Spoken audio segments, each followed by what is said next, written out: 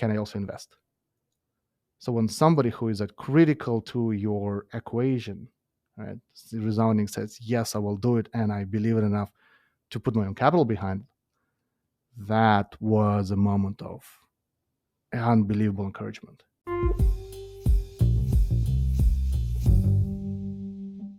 Hey, everybody. Thank you for joining us and welcome to the Founders in LA podcast. I'm your host, Ethan Cole, and this is an opportunity to shine the spotlight through a product lens on some of the exceptional founders we have as part of the LA community in an unedited, one-take organic conversation. With us today on the podcast is Ilyas Beshimov. Thanks for coming to the studio, Ilyas. Hey, thank you so much for having me. I'm excited for this one. This is going to be a great one. But first, a word from our sponsors. Founders in LA is brought to you by United Club.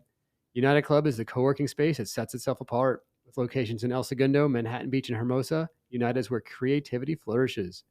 Unlike traditional offices, they provide an inspiring environment where ideas can thrive and businesses can grow. With United, there's no hidden fees, flexible terms, options for dedicated offices, and unlimited access to conference rooms, a photo studio, this podcast studio, plus standard and 3D printers, and 24/7 access at any of their locations. They're local champions who support neighborhood businesses, open their event spaces for nonprofits, and celebrate art, music, and culture. Join United Club and experience co-working like never before. Learn more at www.unita.club. We're also brought to you by the Product Managers Association Los Angeles, available at pma.la. They're the largest professional organization for product and designers in LA. With more than 4,000 members from over 500 companies, they host monthly meetups, organize a product leader council, and have a mentorship program where they connect working product managers with students from underrepresented groups to build a better and more diverse next gen. Learn more at pma.la. Our guest today is Ilyas Beshimov. He's the co-founder of Class Hour.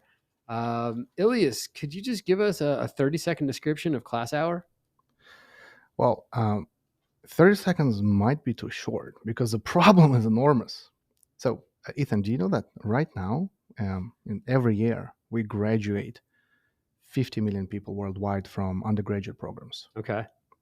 And by 2040, and feels like a long time for an entrepreneur, but really it's right around the corner. We're going to 4x it. Every year, we're going to graduate 200 million people who will go into workforce with their undergraduate degrees. 200 million more who weren't in the workforce before. Correct. Every year. So it's going to 4x number of graduates coming. And that's due to the global rise of population and the rise of the middle class. That's really contributing to that. Right. For us to be able to serve that audience to the same level of quality we have today, which is, I think, in of itself is a problem, right? It needs to be a lot better. But even if we just to keep it the same, worldwide, we need to build 13 universities every single day. Okay. That's not happening, right? And everybody knows, you don't have to research it to know, that's not going on. Right. They're constricting. They're not growing right now. That's constricting. They're not growing, but the demand is. So what is going to happen? More and more people are going to go through this asynchronous, frameworks of here's a bunch of content dumped on you. There are going to be a lot more students in every class. But we know there's so much research. There's now 40 years old research that shows that, hey, this is not how we learn the best. We learn through small Socratic, Oxford-style seminar experiences to give us the best. Not studying, but learnings. Learnings meaning is not only do you have the content, but you have internalized it to be able to apply it. Right. So we're heading towards a problem where most people are going to get graduated without having actually been graduated. And that's what we're trying to solve with this. Okay. How do you build a platform and education institution through which everybody can have a small classroom experience to truly come out with learnings? And how is Class Hour doing that? So what we are figuring out is how to aggregate this incredible teaching potential supply we have worldwide available and say, hey, how can we also have those educators spend time teaching others, not at the same university, but anybody in the world? Okay. How can we do it at a scale where it's going to be a very small class so that you do have personalized attention from your educator? You have a chance to interact and build relationships and feel validations from your classmates, because that's an incredible valuable part of your education experiences, but do it at scale, right? And the big part is applying artificial intelligence to class creation, content creation, personalizations, assessment, Copilot for teachers. It's a learning coach for students. There needs to be application of AI so that all there is human time spent on is the teaching. The professor spends times with students and spends time on providing the personalized attention. Everything else AI can do. So is it like is it a kind of a co-pilot for professors that is it more of a co-pilot for professors helping them do some of the admin, or is it more like an Uber for professors and allowing them kind of like a gig economy for professors? It's I don't know if Uber necessarily is the best analogy, but in Right. terms of relationship, it is going to be similar. Where professors, yes, they can teach anybody through a platform, and they're going to be able to do it. At you know most spend their time on teaching itself, because everything else from admin to content creation for the class or content tuning, personalization, right? Especially if we're talking about what we want to start with, and that's teaching working professionals is how do I create content that I know really well, but also I personalize to them. So if we're talking to a group of students who are, say, in the energy sector, and the class is on blue ocean strategy, you can give them an example of Cirque du Soleil, right? Their famous example that they cover in that book on teaching. Or can you come up with something that's related to energy to make it more relevant, personalized? Professors would not have to be able to have time for that. Or as they do, it's going to be a lot costlier proposition to have that 1 hour class. And we want to build this teaching copilot for professors so that that's going to get created for them automatically for students. And that's the flip side of it is it's a learning coach for students so that the content comes to them personalized to them again when they need to review. They are going to have assessment, and whereas there already are capabilities where we can do assessment as accurately as if you took a proctored exam at a university today, but using AI to create the questions and assess them. But better than that is you want a code that also prompts to say, hey, have you been applying learning? Have you been learning it? How are you doing with your career? And most importantly is, who are you as a learner? Are you a visual or more tactile learner? What is what aspect about education that gets you engaged? And how can that carry through from one class to the next? So that every learning experience that you have already takes into account of who you are, which it does not happen today, right? You are every class you walk into, you're blank slate. You treat just like everybody else. Interesting. Yeah. So the problem space is it's an ever growing need for higher education in a constricting world of higher education. But to your point, it's more than just taking a Maven class or something class online, because that doesn't carry you through a full education. You can take class by class. You can take a bundling of classes, and there are a number of really good ones out there. But this one is, how do you create a more full curriculum outside of a traditional university setting? Which I have a young son. He's only 4 years old, and I do question if he'll go through the traditional academic path that I did. I can't imagine he will. How did you find yourself dedicating to this? So you are a serial entrepreneur, and you're a background in gaming as well. I believe. That goes back to really my co-founder, who also happens to be my brother, Okay. and he has been teaching at MIT for the past decade. And in addition to teaching courses on entrepreneurship, strategy, innovation, he started a lot of programs at MIT. They have a MicroMasters program. That's his brainchild. They have the MIT boot camps, entrepreneurship boot camps that are extremely popular. Hundreds, thousands of students take it every year, all around the globe. That's his brainchild. Wow. So he was in the forefront of teaching. He's a person who started at MIT creating online courses for the online format. Okay. Because going back decade, right? Like right now, like online education, it's quite a big thing. It's every content creator is online. from different influencers to industry professionals to professors, that they try to say, hey, here's what I can teach online. 10 years ago, that was not really the case. So all online content was, hey, I am in classroom, I'm being recorded for an hour, I'm just going to post this recording of me speaking to a room of students for an hour online, and that's your online education, right? But that's, you're sitting at home on your computer with diverging attention.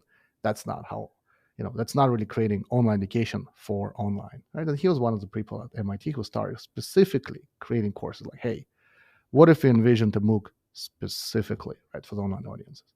So he saw this rise of like, hey, two big trends in addition to the one I mentioned, like the rising need for education, is people want to learn because they want to get upskilled, they want to get additional knowledge they can apply to their work environment today. At the same time, people are also busy. They either don't have time or resources to enroll in full-time, master's programs. Sometimes they can take courses, right? So it's easier to take, you can chain different courses, but that still requires you to have a commitment to a certain schedule. When you're a busy professional, maybe with kids at home, that's kind of hard. So what are you left with? Well, you're left with this asynchronous, pre-recorded, lonely experiences, which we know is not what leads to best learning outcomes. Right.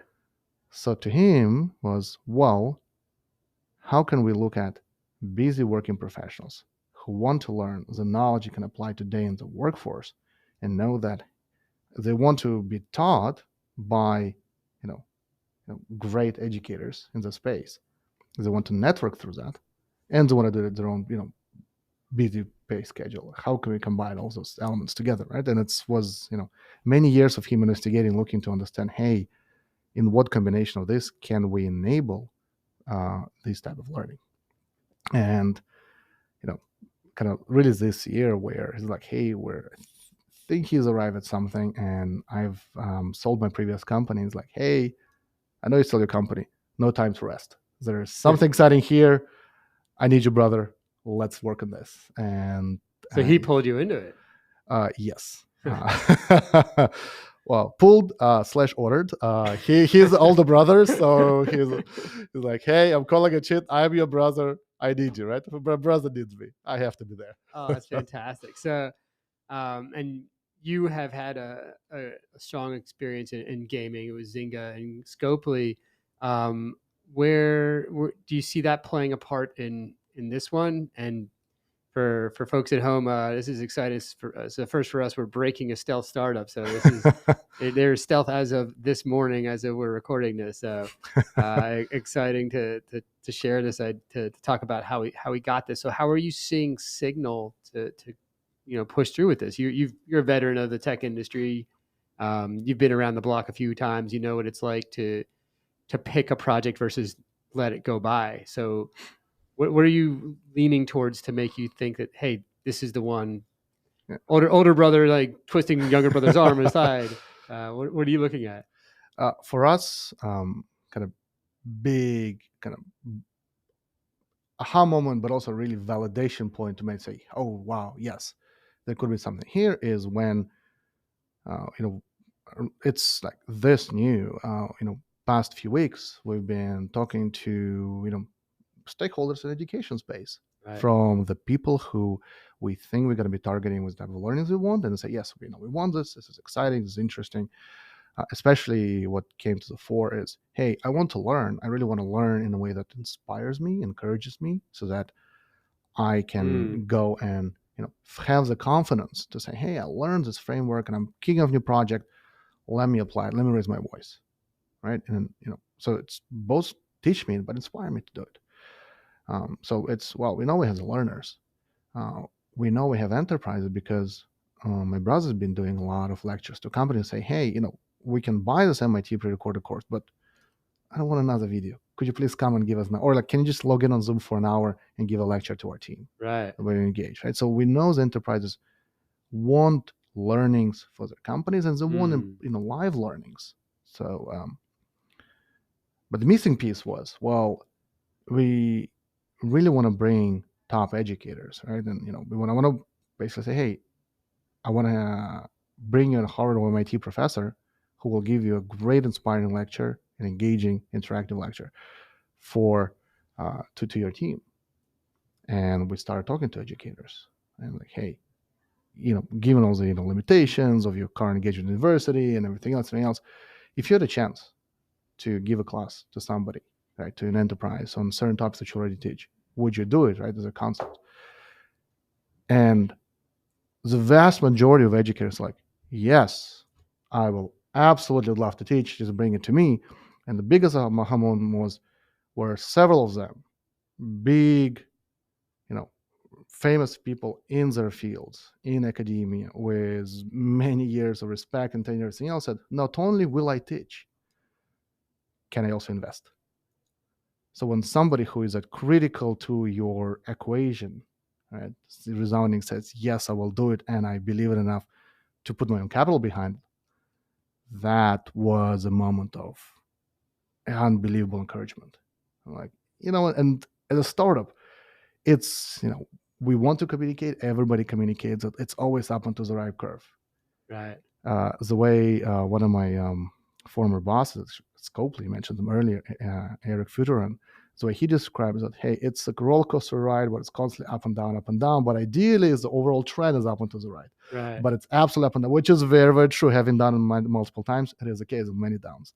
So when you hear this encouragement, like somebody believes you enough of the concept you're conveying to them that they want to invest, oh, that's as up as it can get, right? And this is the type of excitement, belief carries you when you have inevitable downs and you start thinking, oh shit, we gotta die, right? They're like, no, no, no, this is some here. I know this will carry us back to more ups. Oh, that's fantastic. Yeah, and there's so many different ways to get signals, so many different ways to decide whether this is the right thing to do. But having one of the folks that, yeah, you want to get involved as a participant, willing to hand out their own money is absolutely verifying, and gives you some validation. This is the right path. And I think that from the educational perspective, having gone through a graduate degree, a lot of those folks who come out of those degrees are really strong teachers, and some of them get bogged down sometimes in some of the admin and some of the grading, some of the strains to create research and research papers. I feel like, yeah, I think I can probably name a couple off the top of my head who I imagine would be super interested in.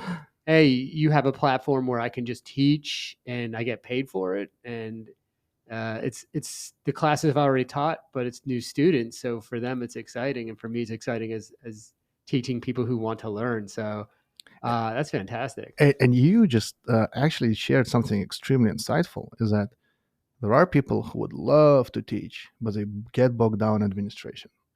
If you look at the time, you know, educators, professors spent, at universities, ratio, even if, just putting research aside, which is a big part of academia, how I want to go by, which is can be contributive sometimes, conflicting to the actual teaching, Right. especially since, if we want great teaching happening, but your incentive is really just to research, well, it's easy to see how much you're teaching, how much attention is going to get, how much attention is going to get. But there are still many educators who'd love to teach. That's why they got into it. Yeah. Did you know that half of all university teaching staff in the United States are adjuncts, which means they're not researching, they don't have tenures. It's not necessarily the best pay gig out there. So why are they doing it? Because they love teaching. It is a rewarding and wonderful experiences. And why are they spending so much time on anything that's not teaching? That's taking away from them having the biggest impact possible. And some would argue like, oh, it's a required part of to be able to do teaching. But if when you get down to it, many of it is absolutely not required. That's fantastic, and I hear you. And yeah, having known too many of those adjuncts, yeah, there's a lot out there, and they love this particular thing that they've spent their life dedicated their life to, similar to founders, and they love talking about that thing because that's what brings them joy. So thank you for building a platform for those folks. Grounding this back in LA. Love to hear, what's the most LA thing that's happened to you? It can be tech related. It doesn't have to be. The most LA thing. So uh, to me, it's also relates to when people ask me like, "Hey, how do you compare, you know, Bay Area versus say LA tech scene?" Right, and Okay. kind of having worked in both, being deeper in both, and like, well, they do carry different spirits. Bay Area is very academic, right? Of course, there's generalizations, but it's very, very, very academic. That hey, if there's a problem that I see, that I identify, what is a fundamentally based, kind of really, you know, fundamentally deepest, most objective way to solve this, and that's how I'm going to address it. Mm. LA, I think by nature of probably Hollywood, initial people creating tech scene in LA is it is very Hollywood-esque. Is if there's a problem, how can I solve it in the most competitive, advantageous possible way? Can I have proprietary relationships, markets, IPs that I can tap into that positions me, counter position me to everybody else? And it is very, very much heavily based on people being just incredible hustlers Mm. for every opportunity, right? Because that's what Hollywood is. It's like hustling for that next role, that exposure, that opportunity. And it's a city is chock full of hustlers, and I love this about LA. And because to me, this is what makes LA is just that spirit of doing anything to give yourself the freedoms, the resources, the time to dedicate what you care about. And that's why I love taking Uber and Lyft in LA because you get to meet people who are, DJs, Huh. writers, producer, actors in between gigs that you can talk about their craft and art and learn what they do and their passions. I'm like, wow, you're driving Uber at night, so during the day you can continue editing your video, your movie which you want to release. Like, tell me about it, right? And one of those cases where I was talking to an actor who started doing tech sales. I mean, he Okay. worked as account executive for a few SaaS firms up in the Bay Area because like, hey, his friend told him he somehow fell into it, and he said he was pretty good because a lot of tech sales is being very personable, build relations with people, and being trained actor in the space. Like, hey, being likable and friendly and talkable. This is all really what I based my career on. This is the Right. best by best quality, the strongest quality I have. Why don't I apply it? And once he asked me like, hey, what do you do? I'm like, well, I am actually a tech founder. I have my enterprise B2B company. And as soon as he heard that, the rest of the ride, he was interviewing for the sales position at my company. It was right around the beginning of pandemic. Of course, quite a few companies had immediate, reductions, layoffs, and he unfortunately was one of them. So he was immediately like, "Hey, you guys sounds like you guys are still growing," and he's just interviewing and selling himself for 30 minutes straight. Uh, I didn't decide to hire him for us, but I did like I love the spirit, I love the enterprises. I did refer him to a few friends of mine, and one of them did hire him, and he's been doing great. That's fantastic. And this idea of LA as a city of dreamers, that's part of my favorite thing about Los Angeles. And what you're saying here too is that Ubers in LA are maybe different from other places. That I'd never considered that, but that 100% true. You could find people who are actors, writers, screenwriters, directors, music industry, whatever, what have you. Folks who are just hustling, trying to make it work. Whereas you may find something different in other cities. So, thank you so much for sharing, Elias. Thank you for breaking class hour here. Yeah, class hour breaking out of stealth on the founders in LA. Excited for that. You can learn more at classhour.com. Thank you for coming here, Elias. Thank you so much for having me. It's been fun. Oh, it's been amazing. I'd like to thank our sponsors again, PMALA and Unita. Thank you all for listening to us. And if you like what you hear, please smash that subscribe button. Thanks again for joining us, and we'll catch you next time on Founders in LA.